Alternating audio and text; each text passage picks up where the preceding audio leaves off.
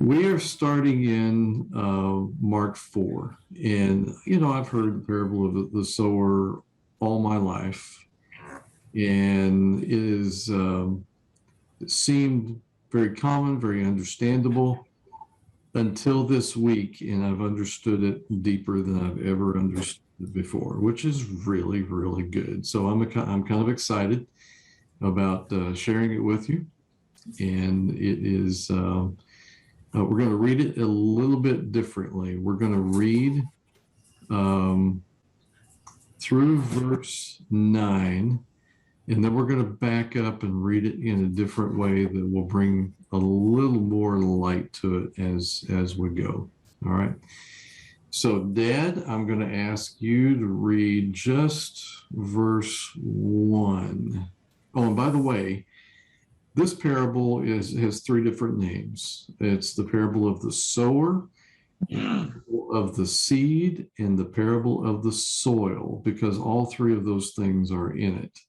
And so it's kind of known as those. My particular Bible right now has parable of the sower. I don't know what your guys has, but that's pretty common. All right, let's break this down. Dad, if you would read just verse 1. Verse 1 of chapter 4. Yes, sir.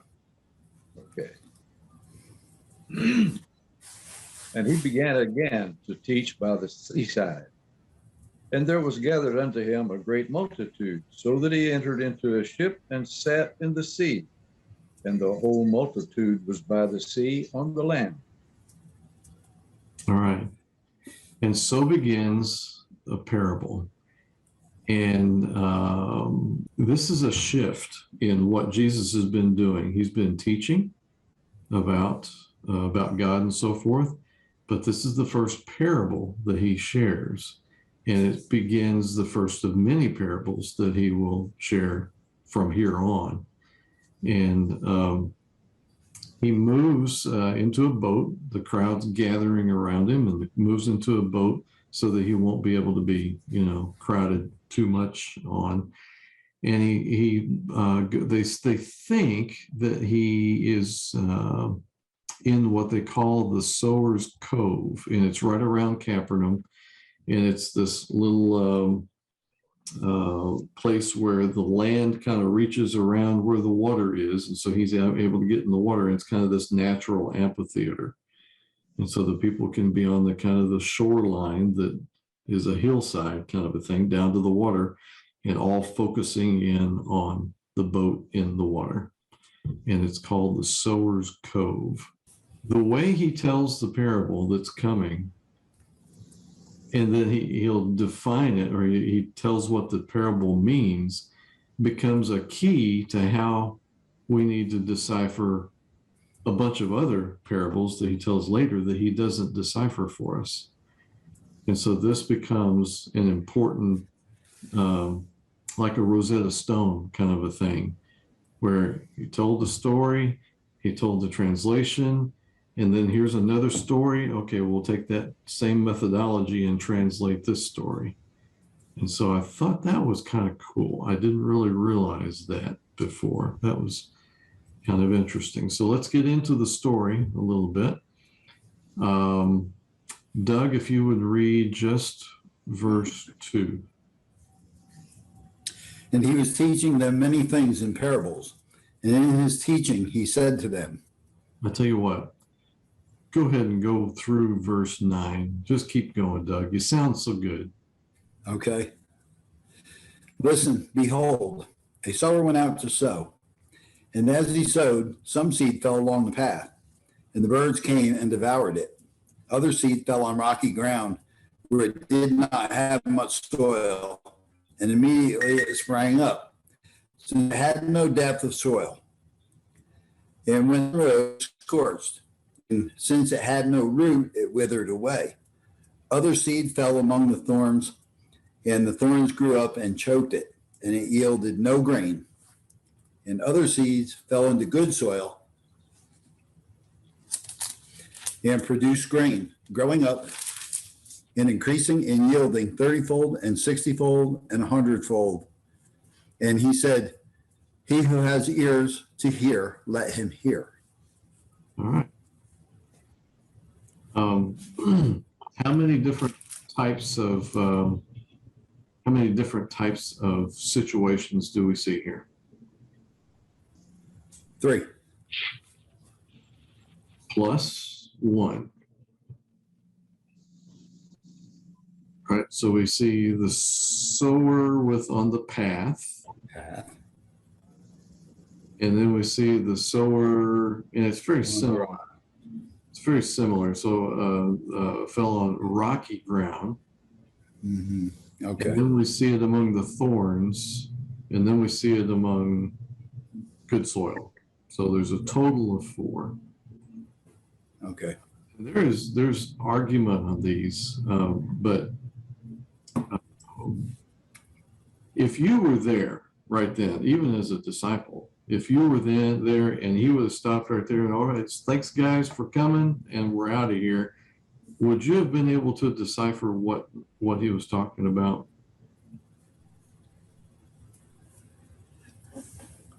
I doubt it. I don't think I.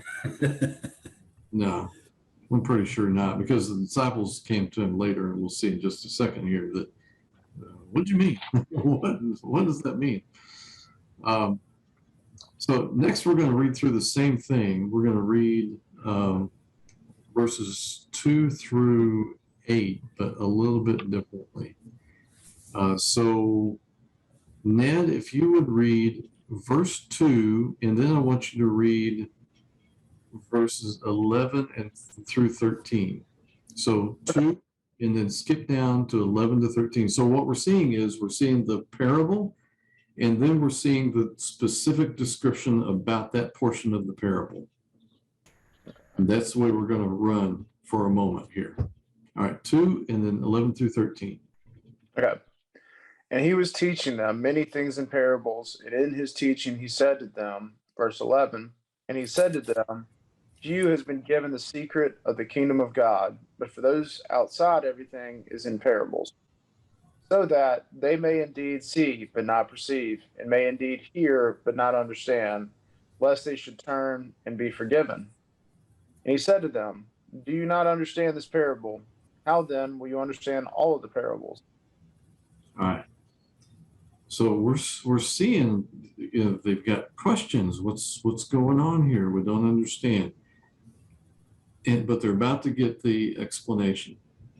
Remember back in, almost everywhere we've covered. Remember that term that we always say, the Old Testament is the New Testament concealed, and the New Testament is the Old Testament revealed. That's exactly what we're talking about here. So this is the beginning of the revealing of the Old Testament in the New Testament as Jesus is presenting. And it's not coming in like a bomb. It's coming in as a tidal, not even a tidal wave, but as a tide. It's coming in, it's nice, it's a slow transition. So he's going to be revealing these secrets. The secret of the Old Testament, he's slowly revealing, oh, by the way, I'm the Messiah. Here's my calling card. And then the tidal wave comes at crucifixion. So this is a transition point, and certainly a transition when he's telling parables. All right, let's go on to the next one. Verse 3, let's see, Andrew, I'm going to let you read this week. All right. Verse 3 and skip to verse 14. All right. Listen, a farmer went out to sow his seed. The farmer sows the word. Farmer sows the word. All right. So this defines what the seed is. What is the seed? The word. All right. So who's the farmer? Do we know that yet? What was that question? Who's the farmer? Would it be Jesus? It is Jesus right now. Later on, as that Disciples. light is shared, it becomes all Christians. every individual Christian. But right now, as we're seeing here, the farmer is Jesus. All right, next section, verse 4 and then verse 15. Dad, if you would read verse 4 and then skip to 15.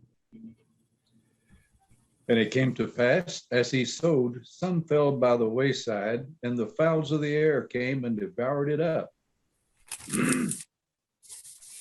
And these are they by the wayside, where the word is sown.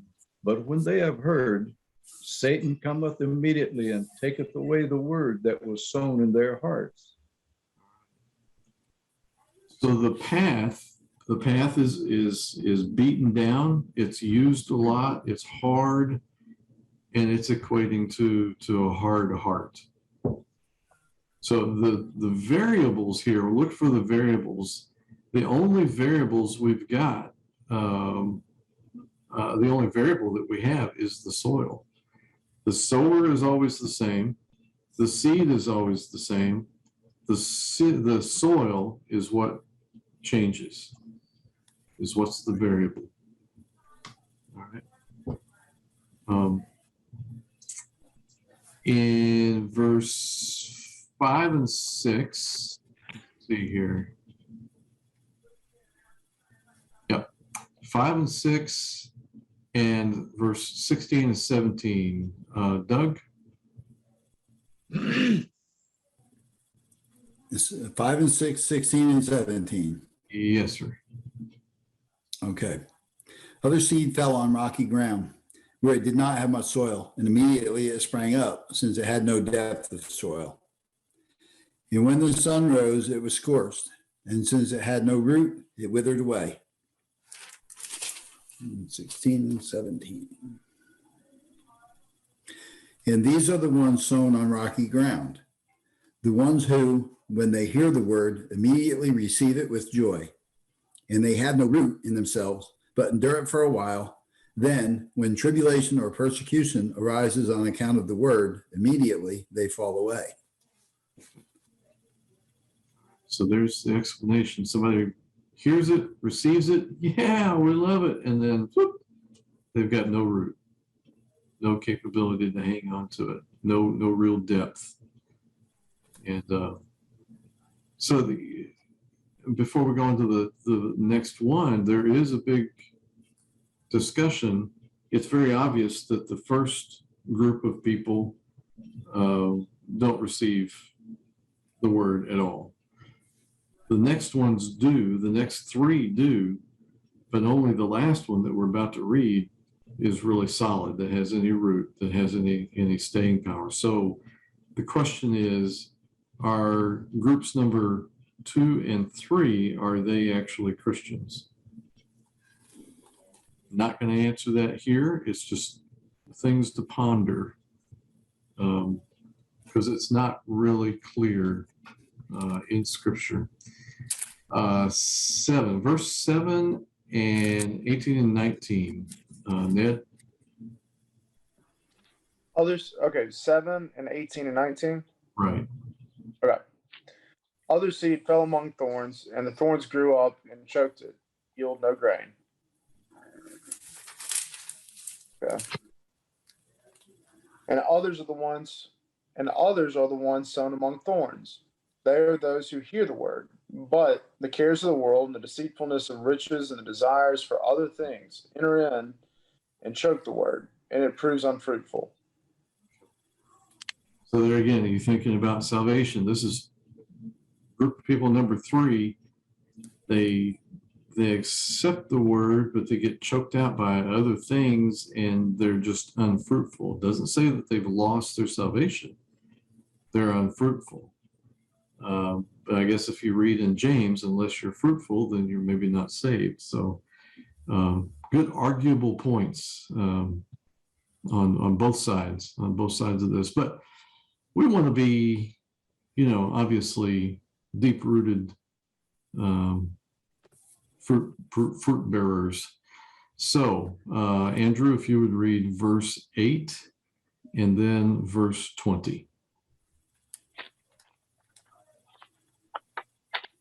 right. All right. There we go. All right, verse 8. Mm-hmm. Still, other seed fell on good soil. It came up, grew, and produced a crop, multiplying 30, 60, or even 100 times.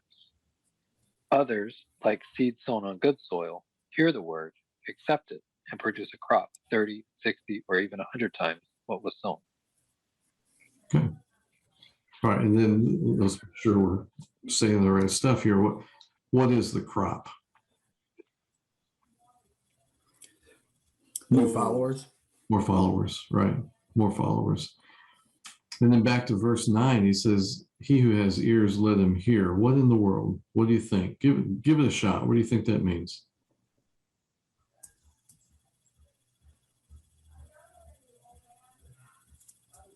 See that last group? Be the last group. Okay. Skip Heitzig brought out that those who have a spiritual heart will take the parable and understand it. Those with a hard heart will not understand. The same truth that enlightens one, I thought this was really good. The same truth that enlightens one hardens another. The same truth that opens some people's eyes will blind others. Listening is dangerous unless the truth deepens your walk with the Lord. It can actually put a callus over it. I thought that was pretty interesting. Mm-hmm. Makes perfect sense. Yeah, yeah. We've seen people's mind just be made up. I'm not gonna listen to that. I don't want. My mind's made up. Don't confuse me with the facts. Right. I'm gonna believe whatever. They have no ears. No ears. No ears whatsoever. Also, it seems apparent that Jesus is concerned about timing.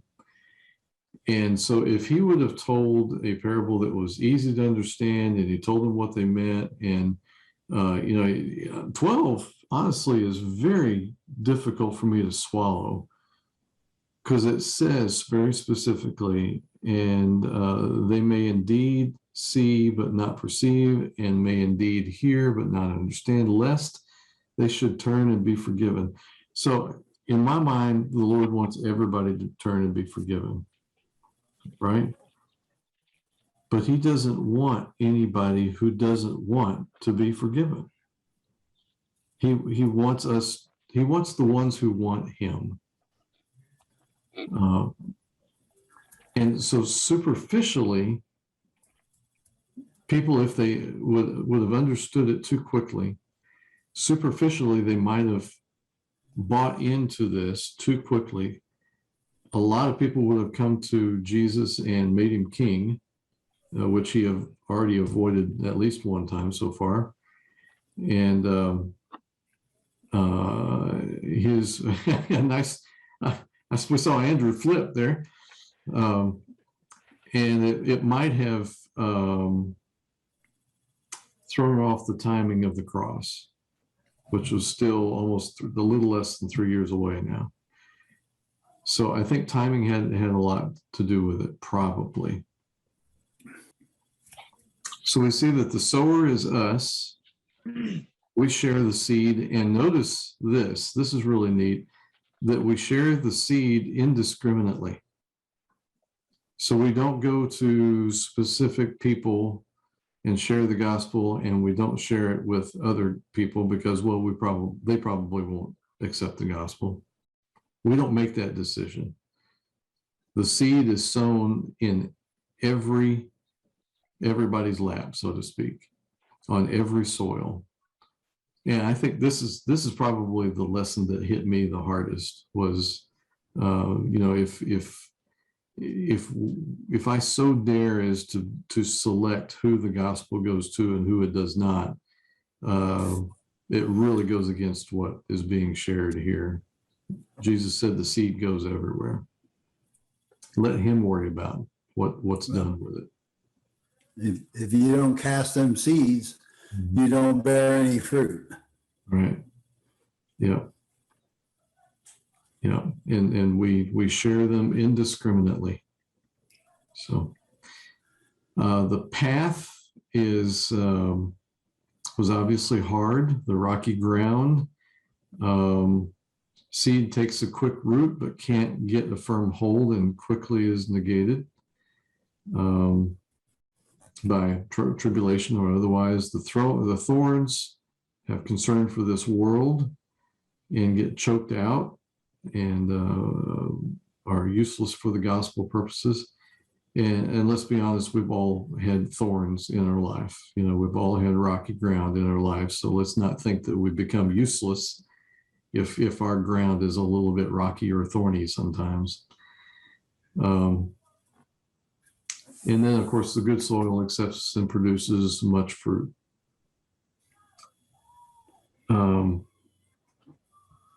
Now, remember this point here. This is going to become later on, that there are birds mentioned in 15. And who is represented by the birds? Satan. Satan. All right. So that's going to become important later on. All right. Let's move on to the lamp under a basket. And let's see, who are we up to? And Ned, did you read last? Oh, no, Andrew did. I was before Andrew. Andrew did? Okay, we're back to Dad. Okay, Dad, if you would read verse 21 to 23. And he said unto them, Is a candle brought to be put under a bushel or under a bed, and not to be set on a candlestick? For there is nothing hid which shall not be manifested, neither was there anything kept secret, but that it should come abroad. All right. So here's where he's saying in kind of a hidden format about the Old Testament and the New Testament. So he is the lamp. He's the one. He's coming out. He's bringing the light, and he's revealing. But it's slow. If anyone has an ear, let him hear. Okay. And, the Old Testament has been hidden for so long. And, I was warned by several commentators about, the mystery that's mentioned in the Bible. New religions, new cults will come up and say, hey, we found out what the mystery is that's mentioned in the Bible. And they'll say, whatever, No, the mystery was Jesus. The mystery was the Redeemer and how he was going to redeem. And it wasn't according to the way the Pharisees thought it was going to be. So the revealing of Jesus, with the culmination on the cross and the resurrection, that was the mystery. And the mystery is revealed now. So we don't need to be pulled away by those things. 24, go ahead. I have a question. Yes, sir. Why in those, seem like a couple places in there, but he says, he that hath ears to hear, let him hear. Mm-hmm. Why does he specify ears to hear? Ears to hear. That's one commentator mentioned, no, multiple have mentioned those are spiritual terms. Those were spiritual ears. So if you're listening for the Redeemer, if you're listening for spiritual truth, listen up. And I guess the other option is, if you don't, well, don't mess with it. That's the comment that I've heard. And he does say it often, doesn't he? Okay. Okay, mine. Go ahead. If I might. Where it says refer back to verse 9 and see note in verse 9. And verse 9 says, having ears to hear, involves surrender of proud self-reliance and submission to God. Okay. Yeah. I go with that. I didn't catch that the first time. Yeah. And it seems, we talked about it last week. If from a physical standpoint, if somebody is anorexic and they're not listening to their body about eating and so forth, and then that something flips over and they just have no desire to eat food at all, And so if there's no spiritual desire to hear anything spiritual, then something flips over and they want nothing to do with it. And then we see it again in Revelation as we talk to. So we definitely want ears to hear for sure. Mm-hmm. Yeah. Can I Yeah. jump in for a second? Jump. The Bible Project has something about the ears to hear Okay. that they've talked about quite a bit on their podcast and in some of their videos. But Okay. it says the parables of Jesus operate within a well-known paradox in artistic expression. You can water down the creativity of an artistic message so that it becomes comprehensible for a wide audience, but there's a catch. The more watered down the message, the weaker it becomes for those who have ears to hear. This explains why Jesus often preferred to communicate truth about God's kingdom in parables. That people who already have the message, who are already accepting of it, they'll get even more. For those who won't accept Jesus' message, the parables will only further confound them. His message, like Isaiah's, had a paradoxical effect on his listeners. The power of stories, even cryptic, metaphorical ones, will penetrate the hearts of some while hardening the hearts of others. Very good. Very good. Well said. Well said. And we're kind of going to see more of that in 24 and 25. Dad, you just read, right? So, Doug, 24 and 25. And he said to them, pay attention to what you hear. With the measure you use, it will be measured to you, and still more will be added to you. For the one who has, more will be given. And from the one who has not, even what he has will be taken away. Okay. So that, again, that seems parallel to verse 12, where if you're spiritually minded, you've got a spiritual heart, you'll get it and you'll continue to grow. If not, the word only seems like it's more foolish. You just won't get it. So he continues to kind of hammer this point home. You're either on one side or the other, evidently. So we'll go on just a little bit further here. 26 through 29, Ned. Sure. And he said, the kingdom of God is as if a man should scatter seed on the ground.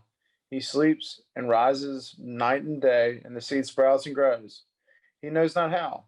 The earth produces by itself first the blade, then the ear, then the full grain in the ear. But when the grain is ripe at once, he puts in the sickle because the harvest has come. All right. I love this. And it took me a minute to get it, but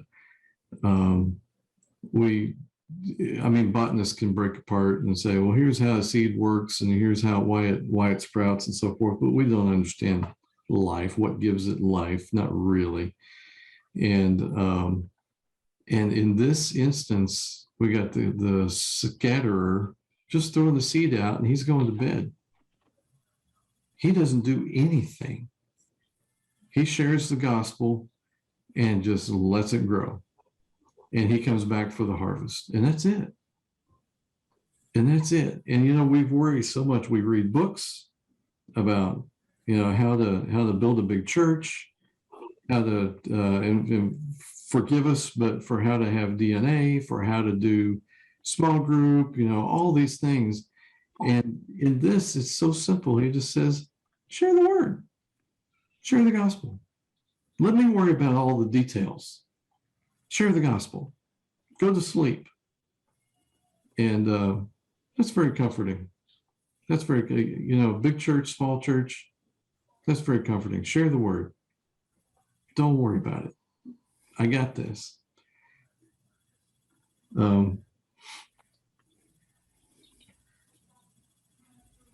If there was a way for us to figure out, if we do this and we do this way and this way, and like a lot of books say, and then you'll be producing and all that kind of stuff.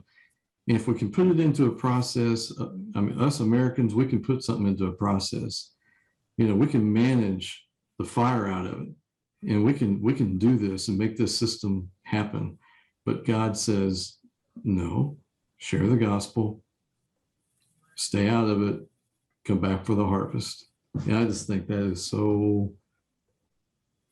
What was the old infomercial from the 90s?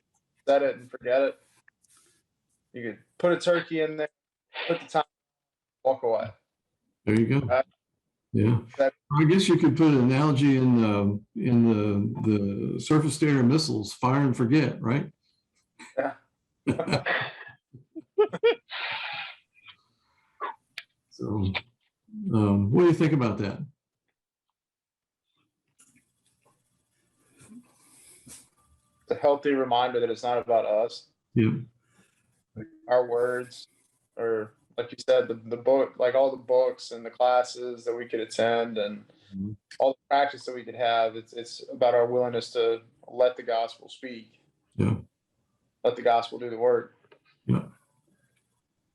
And it's supernatural. Mm-hmm. It is supernatural, literally is supernatural. So how can we improve on that? We can't. We cannot. We're going to go just a little bit further. Go ahead. We can just keep planting the seed. Planting the seed. That's it. That's it. And then come back for the harvest. That's it. 30 through, and we're going to get into the birds here, and then we'll probably finish up. 30 to 32. I don't know. Who's next, Ned or Andrew? It's my turn. Okay, Andrew, go ahead. All right. 30 to 32. Again, he said, what shall we say the kingdom of God is like? Or what parable shall we use to describe it? It is like a mustard seed, which is the smallest seed you plant in the ground. Yet when planted, it grows and becomes the largest of all garden plants, with such big branches that the birds of the air can perch in its shade. First of all, people are going to argue that the mustard seed is not the smallest seed in the world. It's close, but it's not necessarily. But he's speaking in hyperbole, what was common, Jerusalem, that type of thing. The important part of the message is that it kind of relates to if you've got the faith of a mustard seed, you can move mountains, that kind of a thing. And so it's used, but the mustard plant grows to, they said, 10 to 15 feet tall. Its branches can be big enough for birds to nest in and so forth. All right, so where have we heard in this lesson about birds? The seed that fell on the path. Okay, and the birds took it away, and the birds represented who? The devil. Satan. All right. According to the guys that are smart, said that this represents the church. This represents the church that will grow and have big enough branches, so to speak, that will be inhabited by birds, Satan. And throughout history, we can see where Satan has gotten into the church and done his bidding and caused problems. Skip Heitzig says, this is likely a prophecy the church would get large and Satan would become part of it.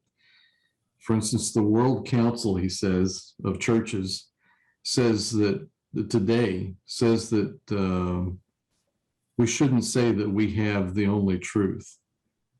And they say that Hindus and Muslims should be appointed to chair positions in Christian universities because nobody has a corner on the truth. So we can see how Satan gets into what we would consider to be, a big, good church. Not so. So, and Jesus is just warning us that as the church does grow, that Satan will be a part of it. So we have to work extra hard, making sure that Satan doesn't get influence in the church that we can control anyway. All right. We are coming up to 4 minutes down, so we're going to shut it off right there. We'll call it a night at the end of 32. We'll pick it up next week at 33.